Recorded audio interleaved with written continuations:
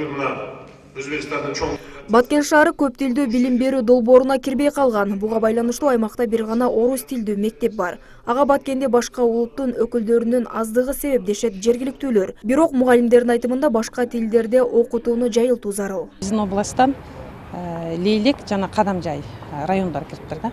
Көп тилдүүлүк дагы аябай жакшы, айрыкча мен айтайын деген ошол орус мектептерде орусча, кыргызча, ошондой эле англис тилинде берсе деле жакшы болмок сабакта.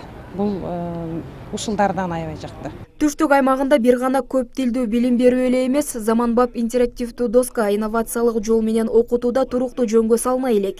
Эгер болсо да көпчүлүк колдонууну билбейт. Андыктан билим берүү тармагында пайда болгон өзгөрүүлөрдү, жаңы ачылыштарды үзгүлтүксүз мугалимдерге жеткирип туруу керек. Азыр мектепте толук эле ар бир мектепте биз жаңы технологиялар, инновациялар менен толук эле биз жетишип кеттик деп айта албайбыз. Ушу жаңы технологиялар, азыр интернет, интерактивдүү доска сыяктуу жаңы технологиялар барып атат мектепте. Ушулар менен иштөөнүн жолу, аны менен окуучулар менен биргеликте иштеп, билим сапатын көтөрүү жөнүндө жаңы ойлор айтылды. Ошондуктан бул конференция өтө мектеп мугалимдери үчүн өтө керектүү нерсе. Аймактардагы китепканаларда мугалимдерге же окуучуларга керектүү болгон китептердин көпчүлүгү жокко эсе, мындан улам агартуучулар окуучуларга эски система менен эле сабак берүүгө аргасыз. Андыктан конференциянын катышуучулары сабак берүүнүн жаңы методикасын үйрөтүүчү китептердин санын көбөйтүп, аларды алыска аймактарга жеткирүү учур талап экендигин билдиришти. Аталган көйгөйдү чечүү максатында буга чейин окуучулар жана студенттер үчүн түрдүү багыттагы китептерден турган окума кейжи кыргыз тилиндеги электрондук китепче да ачылган. Ал жерден мектеп окуучулары каалаган маалыматын алып, республикалык тестирлөөгө даярдануу үчүн да чоң мүмкүнчүлүк түзүлгөн. Бул акысыз, ал жерге китеп койгонго баягы китебин сайтка койгон авторлорго акча төлөнбөйт.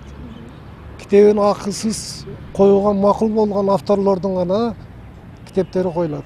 Анан мен бул жерге негизинен биздин тажрыйбалуу мугалимдер, билимдүү мугалимдер негизинен айыл жерлерде алыста иштеши, алар өздөрүнүн үнүнү, алар өздөрүнүн пикирини бир жазып эме кылыша албайт да, тажрыйбаларын бөлүшкөнгө мындай аянтча жок. Демек, электрондук бул программаны колдонууга алыска аймактарда толук шарт жок. Анткени менен китеп басып чыгарууга да азырынча мүмкүнчүлүк табыла элек.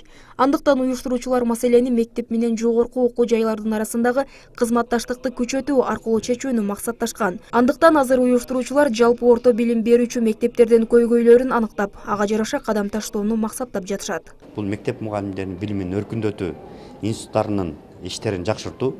Биз ошол боюнча атайын педагог деген портал уюштурдук, маалымат системасын уюштурдук. Мына бул жалпы республикалык тестирлөөгө даярдоо. Ушул кандай көйгөйлөр жаратып жатат.